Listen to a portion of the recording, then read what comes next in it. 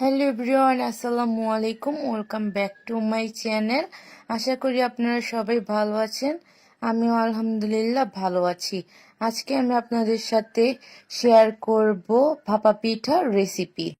ভাপা পিঠা বানানোর সহজ একটি রেসিপি শেয়ার করছি, যেটা কিনা গরম পানির ভাপে বসিয়ে স্টিলের ছাঁকনির সাহায্যে বানানো হয়েছে। যাদের কোনো রকম ভাপা পিঠা বানানোর পাতিল থাকে না, তারাও চাইলে ছাঁকনিতে করে পিঠা বানিয়ে নিতে পারেন। পিঠা বানানোর জন্য আমি নিয়েছি 3 কাপ চালের গুঁড়া।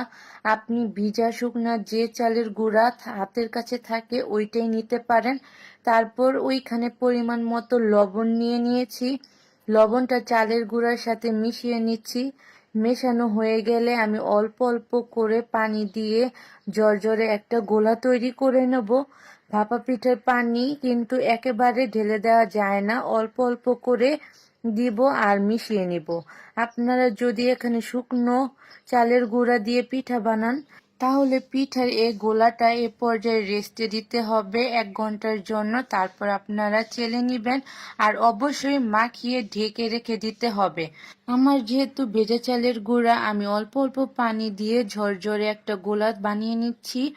একসাথে নিয়ে চাপ দিলে দেখা যাচ্ছে জমাট হয়ে যাচ্ছে, আবার ছেড়ে দিলে ঝরঝরে হয়ে ঝরে পড়ছে। তো এখন হচ্ছে আমার পিঠা গোলাটা একদম ঠিক আছে। তারপর ছোট ছিদ্রযুক্ত একটি ছাঁকনি নিয়ে গোলাটা চেলে নিব। অল্প অল্প করে দিয়ে সবগুলো গুঁড়ি চেলে নিচ্ছি। আমার চালা হয়ে গিয়েছে। এখন আমরা পিঠা তৈরি করতে যাব। আজকে ভাপা পিঠা বানানোর জন্য নিয়েছি খেজুরের গুড় ও ফ্রেশ কোরানো নারিকেল।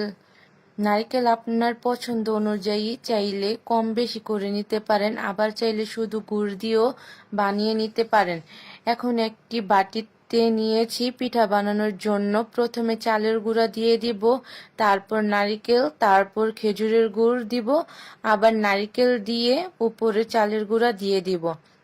আপনারা চাইলে সবগুলো একসাথে মিশিয়ে বানাতে পারেন। এখন একটা কাপড় দিয়ে পেঁচিয়ে নিব। আর আজকে পিঠা বানানোর জন্য নিয়েছি স্টিলের ছাঁকনি। আগে থেকে একটি পাত্রে পর্যাপ্ত পরিমাণ পানি গরম করে নিয়েছি। যেহেতু ছাঁকনিটা অনেক ফাঁকা টাইপের, সেজন্য অনেক তাড়াতাড়ি পিঠা হয়ে যায়। ছাঁকনির মধ্যে পিঠা দিয়ে 30 সেকেন্ডের মতো ঢেকে দিব। আমার পিঠা দেওয়া হয়ে গেছে।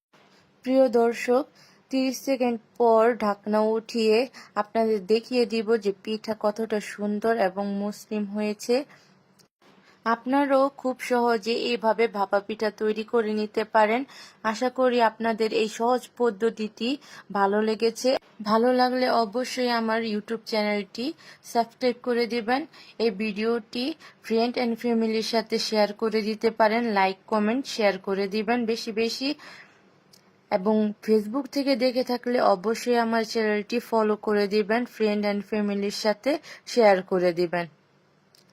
আরও নতুন নতুন ভিডিও পাওয়ার জন্য অবশ্যই আমাকে বেশি বেশি সাপোর্ট করবেন।